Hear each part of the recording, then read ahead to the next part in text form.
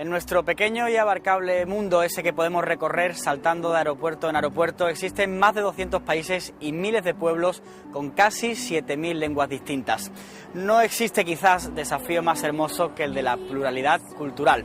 El conocer y respetar otras formas de ver el mundo, la política o la religión. Hoy en Horizonte 2019 hablamos de diversidad cultural.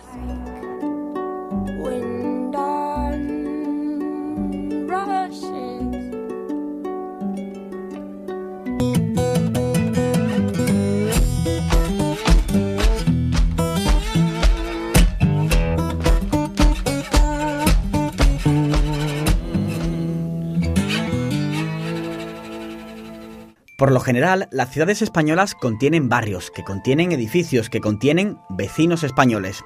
Los vecinos, por lo general, tienen un cerebro, que contiene una serie de informaciones que conforman la cultura, tales como la lengua, la gastronomía, el equipo de fútbol, la vestimenta o las tradiciones.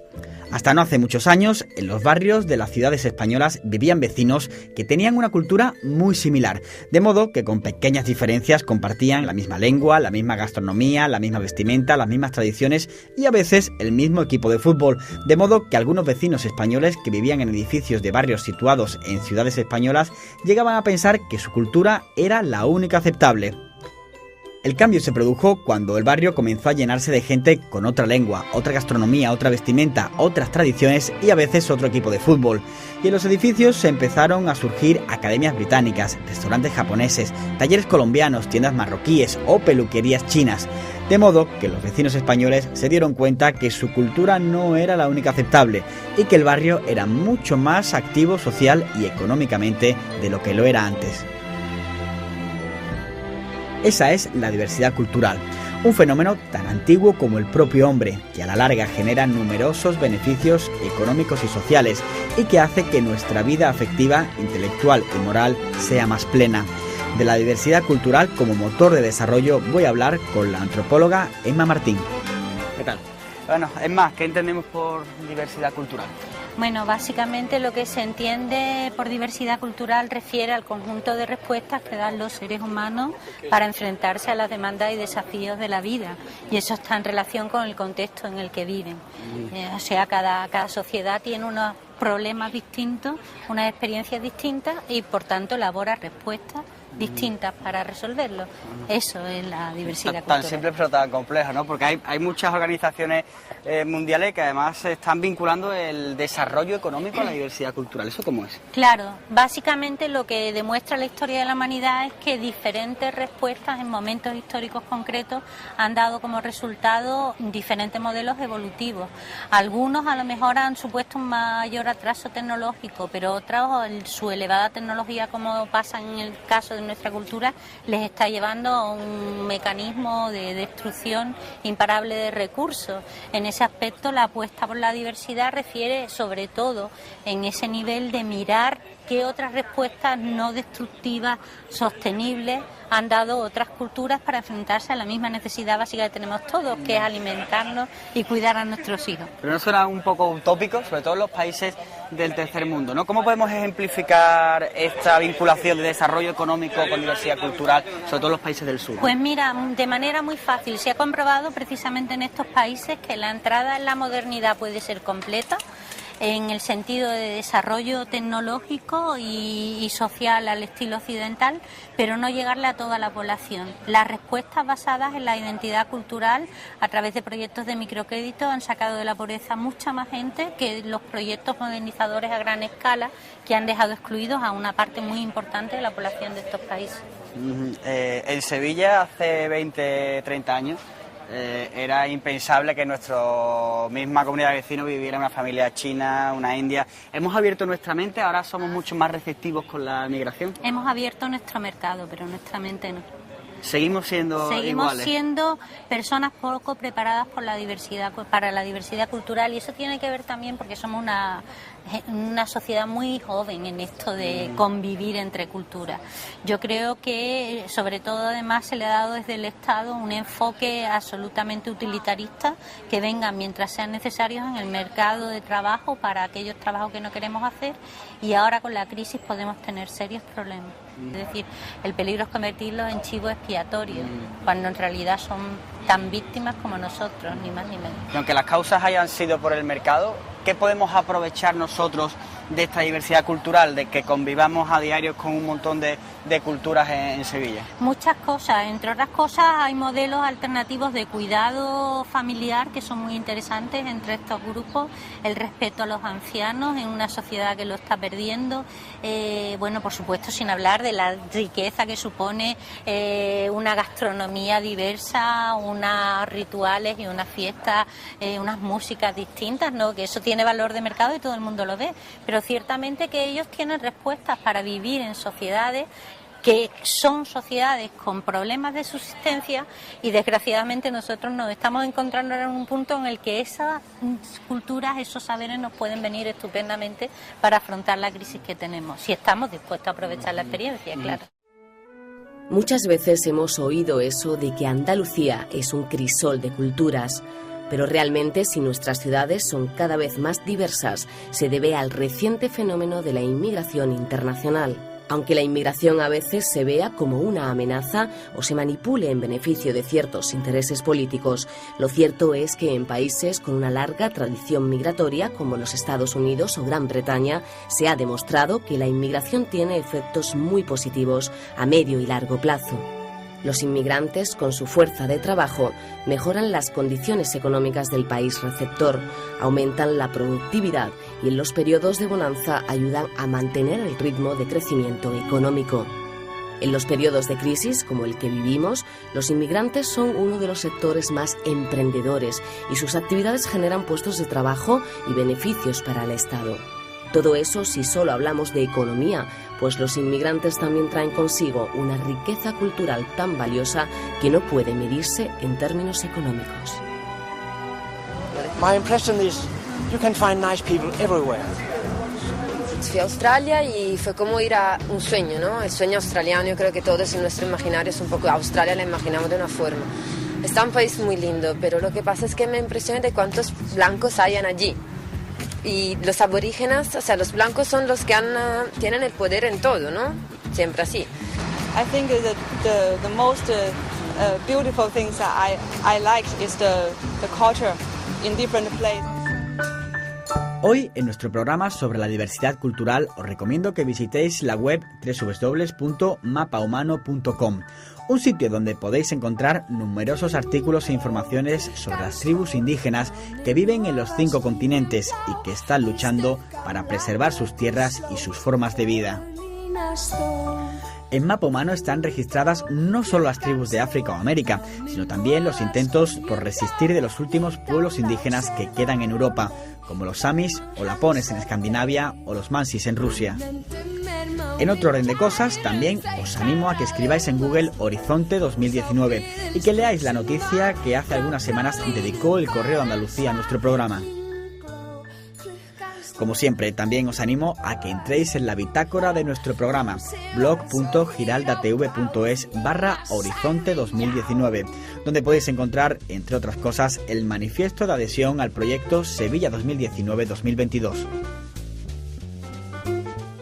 En nuestro apartado de Noticias Horizonte 2019 quiere destacar que desde el pasado lunes y hasta el próximo 10 de diciembre se está celebrando en la ciudad mexicana de Cancún una nueva cumbre del clima. Mediante este encuentro, los 194 países asistentes deberían de tomar medidas concretas para reducir las emisiones de gases contaminantes a la atmósfera y tratar de paliar los efectos del cambio climático. El secretario general de la ONU, Ban Ki-moon, ha pedido a todos los estados que se comprometan a cerrar acuerdos vinculantes en la reducción de emisiones y que se realicen avances en la protección de los bosques y el desarrollo de tecnologías y energías limpias que reduzcan el impacto ambiental de las actividades humanas. También se pretende crear un sistema de ayuda financiera para apoyar a aquellos países sin recursos y combatir los efectos del cambio climático, haciendo que sus industrias sean menos contaminantes. Por desgracia, y pese a ser este un asunto prioritario para el futuro de todos los hombres, los principales líderes mundiales son pesimistas sobre el éxito de la cumbre y solo un milagro podría evitar otro fracaso como el cosechado en 2009 en la Cumbre del Clima de Copenhague. El bajo tono de la cumbre de Cancún se demuestra en el escaso eco que está teniendo en los medios de comunicación frente a otros efectos de menor calado, como el fútbol o las crisis de deuda soberana provocadas por la especulación financiera. En otro orden de cosas, Horizonte 2019 quiere recordar que el próximo domingo, día 5 de diciembre, se clausura el Foro Universal de las Culturas, que durante las últimas semanas se ha celebrado en la ciudad chilena de Valparaíso. Cultura y desarrollo, arte joven, gastronomía, turismo sostenible o sostenibilidad urbana son solo algunos de los temas debatidos en Valparaíso desde el inicio de este gran evento internacional que en 2013 se celebrará en la ciudad italiana de Nápoles. Hoy casi todos tenemos claro que no hay culturas más importantes o interesantes que otras, pero el concepto de igualdad cultural es muy pero que muy reciente. En el siglo XVI, cuando los navegantes españoles surcaban los océanos y entraban en contacto con otros pueblos, a menudo no dudaban en emplear la violencia para imponer a los indígenas su autoridad y su religión. Entre tanta injusticia, un religioso sevillano del siglo XVI, Fray Bartolomé de las Casas, comprendió que todos los pueblos eran iguales y luchó porque los colonizadores dieran un trato digno a los pueblos de las colonias españolas. 2 siglos y medio antes de que la Revolución Francesa hiciera posible la Declaración de los Derechos Humanos, Fray Bartolomé de las Casas ya formuló cuáles son los derechos fundamentales de todos los hombres. Sobre él voy a hablar con el historiador Ramón Jesús Queraltó. ¿Qué tal, profesor? Buenos días. ¿Qué tal? Bueno, ¿cómo tuvo que ser, profesor, ese primer contacto entre los colonizadores y los indígenas? Porque eran dos universos que a priori, o según sabemos, no se habían conocido nunca, ¿no? Claro. ¿Cómo se imagina usted ese primer contacto? Pues el primer contacto no tuvo más remedio que ser de asombro por ambas partes y de gran estupor. Claro, hay que pensar que llegaron al Caribe. Y el Caribe, bueno, es algo exuberante, frondoso, razas distintas, rostros distintos, etcétera, y entonces el primer contacto fue indiscutiblemente de asombro y de estupor. ¿Realmente se asumió toda esa diversidad cultural o cuánto tiempo se tardó en ver que había un montón de culturas y si estábamos preparados, ¿no?, en esa época para asimilar todos esos conceptos? No, el asunto fue bastante lento y yo creo que no se llegó a asimilar nunca. Bien es verdad que depende mucho de la potencia colonizadora. Y en ese sentido yo creo que es justo decir que la colonización española fue, dentro de sus limitaciones y dentro de sus luces, de sus sombras, etcétera, fue la que más se acercó a eso. Sí. Pero, sin embargo, los españoles no nos llegamos a portar tampoco bien, aunque llegamos para quedarnos, claro, no nos portamos bien, ¿no? Hablamos incluso de genocidio, de quemar los recursos... Sí. Que se hicieron barbaridades, que se hicieron genocidios, eso es cierto. Lo único que ocurre es que al lado de eso también hay otras cosas, digamos, positivas, ¿no? Hay que pensar que la primera universidad que se funda en los nuevos territorios la hacen los españoles, la Ciudad de México. Y después viene inmediatamente la de Perú, la de Lima. Después, por otra parte, hay personajes en la historia de la colonización española, como Vasco de Quiroga, como Fray Bartolomé de las Casas, que en principio no tienen referente en otro tipo de colonizaciones, y estos fueron defensores de la peculiaridad cultural de los indígenas y lucharon por todos los medios para que hubiera un trato justo. Es decir, que aquí hay dos balanzas, ¿no? Y unas veces pues gana uno, otras veces gana otro, y se cometieron, en esa dinámica se cometieron sin duda muchas barbaridades e incluso se puede hablar en casos concretos de genocidio. ¿Verdad? Y Fray Bartolomé de las Casas lucha contra todos esos abusos. Eso es. ¿Cómo? ¿Con qué armas? Porque armas tendría muy pocas, claro. Sobre todo con su palabra, con su acción y... llegó a ser obispo, es decir, desde todos los ámbitos posibles que a él se le pudieran ocurrir, que pudieran ser eficaces contra eso, ¿no?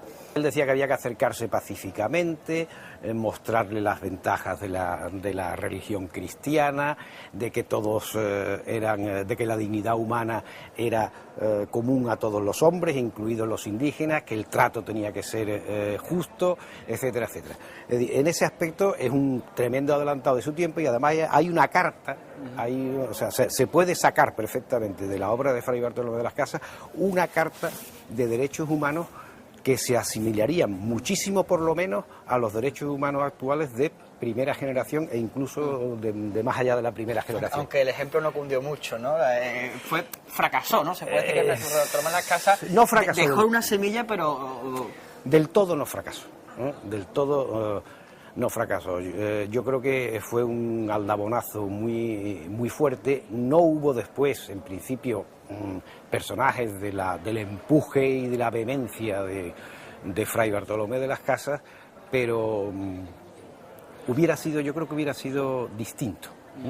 Sin la figura de Fray Bartolomé de las Casas y de otros también, digamos, del primer siglo de la colonización, pues quizás hubiera sido distinta, o algo distinta por lo menos. ¿Y qué nos queda de aquella de Fray Bartolomé y qué nos queda por aprender? Si es que hemos aprendido algo de todas aquellas aberraciones que se han hecho, ¿no? Yo creo que la diversidad cultural y la necesidad de respeto, ¿no?, a esa diversidad cultural, por una de las cosas que decía Bartolomé de las Casas, porque que era que todos los hombres tienen la misma dignidad. Fueron unos valientes, en definitiva, ¿no?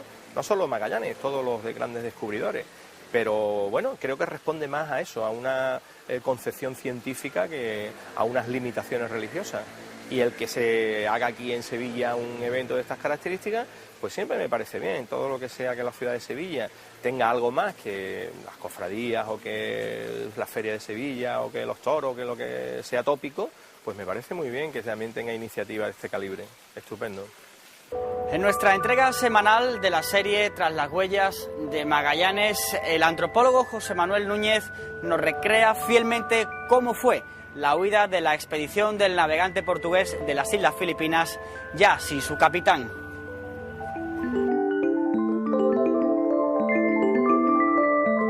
A los pocos días de la muerte de Magallanes, ocurrida el 27 de abril de 1521, la flota se echa nuevamente a la mar entre aquella maraña de islas y aguas traidoras que les obligan a sucesivos cambios de rumbo. La tripulación, muy mermada por las muertes ocurridas durante toda la travesía, no dan abasto para gobernar los 3 barcos supervivientes y deciden por ello sacrificar al más viejo, el Concepción, que es incendiado y hundido frente a la isla de Bohol. De allí hasta las Molucas no restan más de 300 millas, unos 4 días de viaje, pero aquellos desventurados que navegan en el Victoria y la Trinidad no hacen sino deambular entre aquel laberinto de islas sin rumbo cierto que les guíe a alguna parte. Amén de la muerte de Magallanes, líder indiscutible y cabeza pensante de todo el proyecto, posteriormente en Cebú mueren 25 más entre oficiales y personas reputadas de la tripulación, durante una emboscada organizada por el sultán de la isla. Entre ellos, el prestigioso astrónomo y cartógrafo sevillano Andrés de San Martín. A partir de ahí sortean como pueden las islas entre amigos y enemigos, burlando las emboscadas y el hambre con cuantos aliados generosos se encuentran por el camino. Pigafetta, incansable notario de cuanto acontece, nos describe su llegada a la isla de Panilongón, donde nos relata que sus habitantes son negros como etíopes. Se refiere en realidad a la actual Isla de Negros, llamada así por la población dominante de negritos, grupo étnico que en el siglo XVI vivían en el interior de la isla para evitar las incursiones de los piratas bisayas. A 10 leguas de esta isla, el Garbino, continúa Pigafetta, nos enfrentó con otra isla. Penetramos en su puerto y sus lugareños pidieron licencia para abrazarnos, obsequiándonos después con todo tipo de presentes. También pasaron junto a Luzón, Mindanao y la gran isla de Borneo, acumulando un sinfín de experiencias interculturales que quedaron registradas magistralmente por la especial sensibilidad del cronista y su gusto por el detalle. Sin embargo, con la ausencia de Magallanes, se echará en falta no solamente un liderazgo que les lleve a buen puerto, sino también un comportamiento adecuado a las circunstancias. Primero con Duarte Barbosa y Juan Serrano, como después con Juan Carballo, se sucederán los abusos y pillajes con cuantos isleños salen al paso. Les roban los juncos, les asaltan las chozas y hasta les quitan a sus mujeres, más por la frustración de no saber qué hacer y dónde ir que por el puro afán de hacer daño.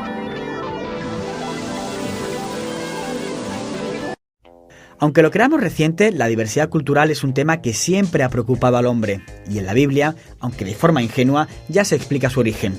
Cuando los habitantes de Babel quisieron construir una enorme torre que les permitiera vivir a todos juntos, Dios sembró el caos dándoles lenguas diferentes y los hombres se esparcieron en distintos pueblos por toda la faz de la tierra.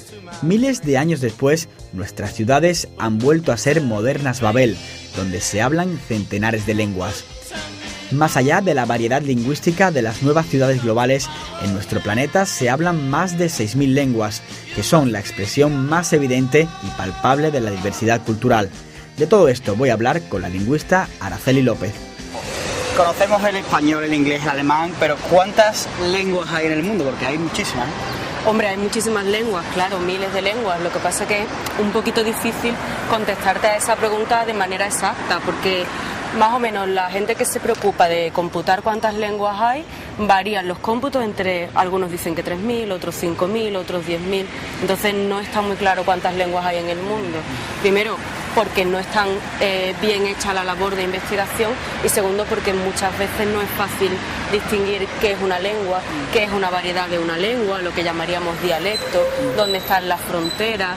También, como el mundo está cambiando tan rápido, hay muchas lenguas que van desapareciendo y entonces hay que arreglar otra vez las cuentas. Así que hay miles, pero entre 3.000 y 10.000 no hay acuerdo. Se prevé que antes del final del siglo XXI desaparezcan como el 10% de las lenguas que hay. ¿Cada cuánto tiempo desaparece una lengua? ¿Eso tampoco lo tenemos medido? Tampoco es exacto, porque supongo que las estadísticas se hacen calculando el número de lenguas que van desapareciendo por el tiempo que ha transcurrido, pero sí es verdad que parece que están desapareciendo a una gran velocidad las lenguas por diversas razones, ¿no? La globalización nos está afectando a todos los productos culturales, todo el mundo se está uniformizando, entonces los hablantes de lenguas que podríamos llamar minoritarias, si se ven absorbidos por otras culturas, van a terminar abandonando también las suyas. El mundo colonial también hizo estragos, entonces si hay cálculos, bueno, esta mañana hablando con un compañero en la facultad me decía que como sigamos así llegaremos a 25 lenguas en el mundo, pero era un poco exagerado, claro. ¿Y cuando desaparece la lengua también desaparece toda la cultura de esa sociedad? Normalmente, de hecho es que no son las lenguas las que desaparecen, sino que primero desaparecen los hablantes que las hablan, se mueren. Son muy famosos los casos de lenguas que se han muerto porque ha muerto el último hablante, ¿no? El dálmata, por ejemplo, a final del siglo XIX, y hace poco se murió también una lengua africana en Camerún porque se murió la última persona. Entonces van a la vez, no desaparece la lengua y luego la cultura, sino que la cultura o los hablantes se ven absorbidos por otras sociedades y con ello también la lengua. ¿Y cómo está el español? ¿Qué salud tiene el español ahora mismo? ¿Cuánta gente lo habla? ¿Si se estamos expandiendo, no? ¿Qué salud el español tiene? Está muy bien. Después del inglés es la lengua más potente del mundo. Es la que tiene, bueno, hay más hablantes de chino, claro, pero después están el inglés. El español tiene ahora mismo unos 400 millones de hablantes y en casi todo el mundo es la segunda lengua extranjera. Después del inglés, todo el mundo quiere estudiar español, tanto en Europa como en Estados Unidos. En China, por ejemplo, se está expandiendo el Instituto Cervantes a todas partes. Todo el tiempo se ve en la televisión cuánto se propicia, incluso desde la Casa Real, la inauguración de Instituto Cervantes, y eso es para acompañar la fuerza expansiva. O sea, tienen buena visión fuera, ¿no? Del español, ¿no? Claro, porque es la segunda lengua en importancia en hablantes para cuestiones comerciales, así que hay mucho interés por aprender español. En la Tierra se hablan unas 6.900 lenguas diferentes, aunque todavía se siguen descubriendo algunos idiomas desconocidos. El último de ellos es el koro, una lengua de la cordillera del Himalaya, localizada en una región de difícil acceso debido a que India y China llevan décadas disputándose su control. Por desgracia, tanto el coro como la mitad de las lenguas del mundo están en vía de extinción debido a que no poseen una escritura establecida, tienen un número muy bajo de hablantes o estos sufren presiones étnicas o políticas.